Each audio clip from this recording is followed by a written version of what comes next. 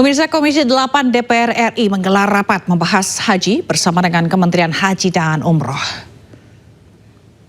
Bisa nusuk itu harus dicantumkan nanti di sini. Dalam rapat yang digelar pada Selasa siang, Kementerian Haji dan Umroh membeberkan rincian biaya haji reguler untuk tahun 2026. Anggota DPR RI pun mempertanyakan detail hotel hingga pesawat yang akan digunakan.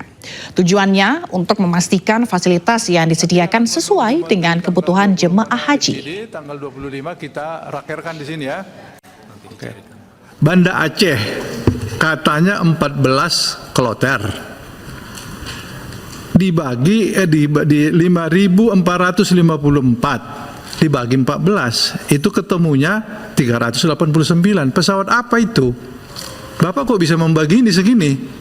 Memang pesawatnya apa? Kok bisa dapat seperti ini? Sama KNO 595.947 jamaah dibagi 17 kloter ketemu angka 349 jamaah per pesawat. Pesawat apa? Kan pesawatnya belum ada. Jadi jumlah ini tidak bisa begini cara mengaturnya. Ketemu dulu pesawatnya, diisi. Itu bukan angka mati, artinya tahun ini mungkin berkurang, tahun depan bisa naik, berfluktuasi sesuai dengan pendaftarannya masing-masing. Itu seperti tahun ini yang di Jawa Timur itu rata-rata pendaftaran pada tahun 2011, yang di Jawa Barat rata-rata pendaftaran tahun 2013-14. Kemudian yang kedua tentang perpindahan pegawai dari PHU di Perpres 92 sudah disebutkan bahwa selama dalam proses transisi semua kegiatan. Pemirsa, Kapolri Jenderal Listio Sigit Prabowo memerintahkan jajarannya untuk cepat tanggap merespons aduan masyarakat. Perintah ini disampaikan saat apel jajaran Kepala Satuan Wilayah atau Kasatwil 2025. Kapolri menyebut akan terus menggencarkan sosialisasi call center 110 untuk merespon cepat terhadap gangguan keamanan dan ketertiban masyarakat. Layanan 110 beroperasi 24 jam untuk memastikan setiap aduan dan laporan dapat langsung ditindaklanjuti oleh polisi.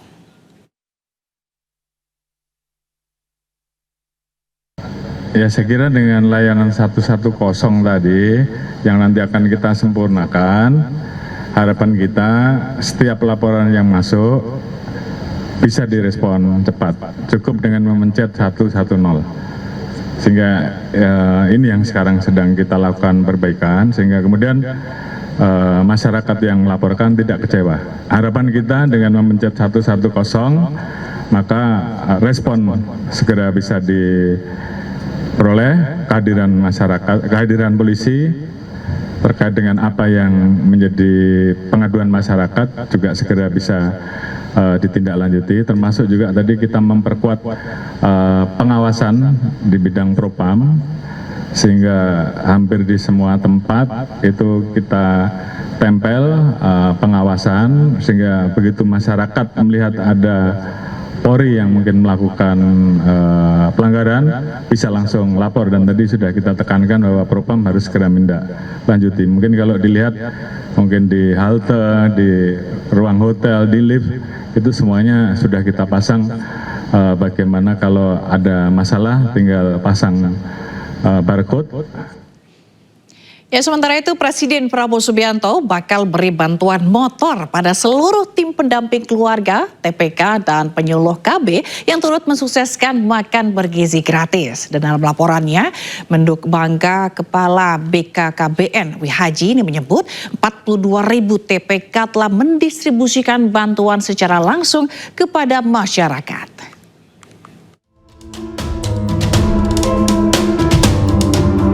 Menteri Kependudukan dan Pembangunan Keluarga sekaligus Kepala Badan Kependudukan dan Keluarga Berencana Nasional Wihaji menyampaikan laporan kerja pada Presiden Republik Indonesia Prabowo Subianto di Istana Negara Jakarta pada hari Selasa. Dalam pertemuan itu, Wihaji memaparkan sejumlah agenda strategis Kemenduk Bangga, termasuk capaian program pendampingan keluarga dan peningkatan layanan KB. Salah satunya terkait dengan realisasi penyaluran makan bergizi gratis untuk ibu hamil, ibu menyusui, dan balita non-PAUD. Hingga kini sudah ada 42.163 tim pendamping keluarga BKKBN yang turut membagikan program itu. Penerima manfaatnya sudah 3 juta lebih sedikit dari MBG khusus ibu hamil, ibu menyusui, dan balita non-PAUD. Bapak Presiden sangat mengapresiasi. Terima kasih kepada para TPK se-Indonesia, tim pendamping keluarga yang sudah mendistribusikan MBG ibu hamil, ibu menyusui, dan balita non-PAUD. Tentu ini terus dilanjutkan, dan bahkan Bapak Presiden tadi menyampaikan akan memberikan bantuan motor kepada seluruh penyuluh di Indonesia untuk meringankan sekaligus bekerja dalam mendistribusikan MBG. Motor ini khusus para penyuluh KB dan PLKB. Sementara itu dalam kesempatan yang sama Wihaji juga mengaku mendapat arahan terkait program KB. Presiden Prabowo ingin edukasi bagi penyuluh KB dan petugas lapangan KB terus ditingkatkan. Tim Liputan iNews melaporkan. Wapres Gibran Raka Buming Raka punya cara sendiri untuk memperingati Hari Guru. Jangan kemana-mana, informasi selengkapnya usai jeda.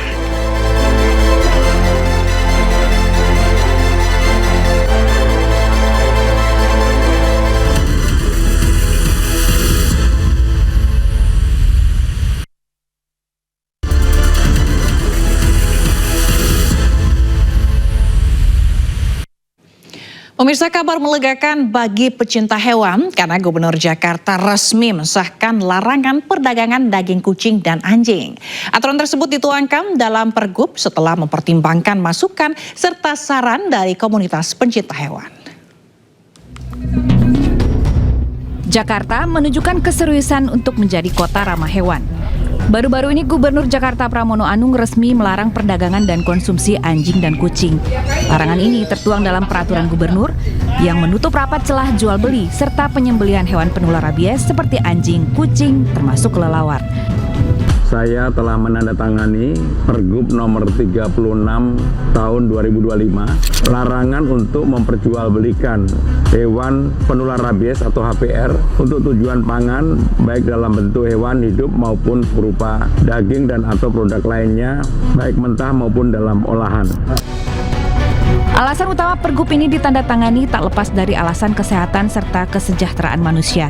Di antaranya untuk menghindari risiko penularan rabies, kesejahteraan hewan itu sendiri, serta terakhir mencegah peredaran daging berbahaya yang telah terkontaminasi bakteri. Aturan baru ini menjadi langkah penting pemerintah Jakarta untuk menjaga kesehatan warganya, sekaligus peduli terhadap nasib hewan. Tim Liputan iNews melaporkan. Sementara itu, Majelis Ulama Indonesia (MUI) mengeluarkan fatwa haram pengenaan pajak untuk berbagai kebutuhan pokok masyarakat. Di antaranya sembako, rumah yang dihuni, hingga pajak gaji karyawan di bawah 7 juta. Fatwa itu dirilis dalam Munas MUI akhir pekan lalu. Hidup makin susah, harga pangan mahal, gaji pas-pasan, dan beli rumah pun tak terjangkau. Di tengah segudang kesulitan itu, Majelis Ulama Indonesia atau MUI merilis fatwa baru soal pengenaan pajak. Dalam Munas akhir pekan lalu, MUI menegaskan pajak hanya boleh dikenakan bagi warga yang mampu secara finansial. Dalam daftar fatwa baru, MUI mengharamkan pengenaan pajak bagi karyawan dengan penghasilan di bawah nisab zakat mal, yaitu 85 gram emas. Ketua MUI bidang fatwa Asrorun Ni'am menjelaskan batas nisab emas bisa jadi acuan penghasilan tidak kena pajak atau PTKP. Merujuk aturan Basnas, nisab 85 gram emas setara dengan 85 juta rupiah. Ini artinya karyawan dengan gaji 7 juta ke bawah tidak boleh dikenakan pajak. Selama ini dalam aturan perpajakan, hanya karyawan bergaji 4,5 juta per bulan yang tidak dikenakan pajak penghasilan. Selain soal pajak gaji karyawan, MUI merilis fatwa haram pengenaan pajak terhadap beberapa kebutuhan pokok masyarakat. Di antaranya pajak bumi dan bangunan yang dihuni tidak boleh dikenakan pajak berulang. Bahan kebutuhan pokok seperti sembako juga haram dikenakan pajak. MUI menegaskan pajak hanya boleh dikenakan untuk kebutuhan sekunder dan tersier. Barang konsumtif yang merupakan kebutuhan primer, khususnya sembako, itu juga tidak boleh dibebani pajak. Kemudian bumi dan bangunan yang dihuni dalam pengertian dia non-komersial tidak boleh dikenakan pajak berulang. Karena pada hakikatnya dia tidak berkembang. Sementara itu Dirjen Pajak mengaku akan berkoordinasi dengan MUI soal fatwa pajak mengingat PBB selama ini dipungut oleh Pemda bukan pemerintah pusat. Karena sebenarnya yang ditanyakan tuh PBB P2, pedesaan perkotaan, pemukiman itu di daerah. Di kami hanya PBB yang terkait dengan kelautan, perikanan, sama pertambangan, sama kota. Saat ini pemerintah telah membebaskan bea perolehan hak atas tanah dan bangunan atau BPHTB dan IMB bagi masyarakat berpenghasilan rendah. Tim Liputan iNews melaporkan. Wakil Presiden Gibran Rakabuming Raka meninjau pelaksanaan program makan bergizi gratis di SMA Negeri 14 Jakarta. Kunjungan Gibran bertepatan dengan peringatan Hari Guru Nasional.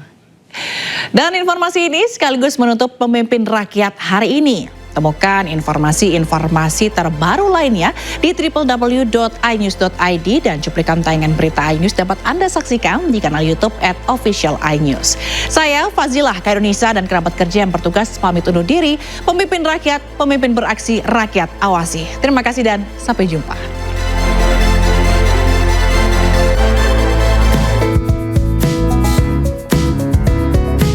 Hanya sehari setelah kembali dari rangkaian agenda KTT G20 di Afrika Selatan, Wakil Presiden Gibran Rakabuming Raka langsung tinjau pelaksanaan program makan bergizi gratis di SMA Negeri 14 Jakarta.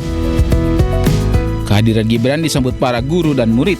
Gibran pun menyapa para murid yang ikuti ujian sambil cek menu MBG yang disajikan. Dalam momentum Hari Guru Nasional, Wapres mengapresiasi kepada seluruh tenaga pendidik di tanah air atas pengabdian mereka. Diharapkan program MBG mampu memberikan dampak nyata bagi para siswa. Salah satunya tingkatkan konsentrasi para siswa saat belajar.